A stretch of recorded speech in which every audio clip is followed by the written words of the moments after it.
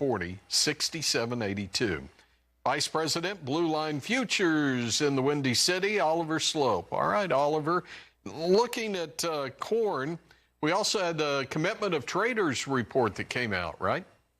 We did have the Commitment of Traders report out last Friday. There wasn't a whole lot of change there, and I don't really expect a whole lot here going forward. I think what a lot of people are focused on now that we're past last week's USDA report is the weather going forward and then crop conditions, which we'll get later this afternoon. I think today's close is going to be pretty interesting. If you look back over the last 2 months, the trend has been lower on Mondays. The last 7 consecutive Mondays, we've seen the corn market close lower, that on the back of weekend weather being kind of benign and non-threatening. But if we can close higher and break that trend of lower Mondays, potentially that's a sign that maybe the shorts really aren't pricing in any risk premium at all, which is kind of what it seems like. As you and I talked last Friday, following that WASDE report, that it was actually a friendly report, and the fact that the funds just decided to sell it right out of the gates was a little bit of a head scratcher.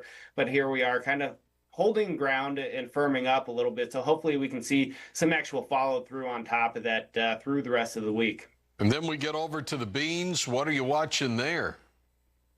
That November contract, below that psychologically significant $10 level. It tested and held that spike low from March, which was $9.96, and we're starting to try to stabilize above that. That's what we define as kind of a must-hold pocket. A break and close below $10 and that $9.96 level really opens the door for some continued selling pressure. And talking about the fund positioning in corn, we look at soybeans, where funds have been really just kind of on the fence, not overly aggressive long or short. They haven't established a net long or net short position outside of 50,000 contracts. So if they do decide to press the pedal to the metal, there is air below 996. You'd have to go back to those December lows, and then the April lows, that's 961 to 971. So hopefully we can start to get some sort of weather premium or premium in general built into this market to help us kind of avoid that worst case scenario that we're kind of on the edge of right now.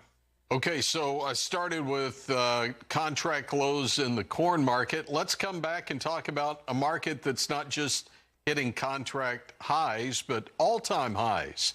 Market day report continues in a moment. The territory, 106.65, that's up 17. Oliver Slopes with Blue Line Futures. I guess, again, we've got these higher prices. At the end of the day, how much longer will consumers stay plugged in? That is the big question. And I think, obviously a lot longer than what a lot of people would have expected. My thesis behind that is that inflation has been so rampant across pretty much everything out there. The beef complex has been able to kind of hide behind the bushes, so to speak, because everything's so expensive. If it was just isolated to beef prices, I think you would probably see a little bit more demand destruction at these levels. But nonetheless, here we are, and we're starting the week off on a really high note. We're seeing the cattle complex work higher. But that October contract in live cattle really just knocking on the door of those contract highs, 221.17. The August contract, obviously the leader in the front month, but with 2 weeks until first notice day, we're starting to look at some of those deferreds as some potential. So if the cash market's able to hold ground up here, which it looks like it is for the time being, those deferreds have some room to work back higher. Now, I would take a caution flag and wave it out there a little bit. Once we turn the calendar into August, you start to see a little bit of seasonal weakness seep in, looking at historical prices. So even if you're the biggest bull out there, know that August has been a little bit of a tricky month for the cattle complex over the last 20, 25 years. So you might want to look at some downside protection if that's something you need. Well, speaking of bulls, how about that bull market in precious metals? We can start with the gold market, up 29% year to date. But as impressive as this is, there's actually the silver market outperforming.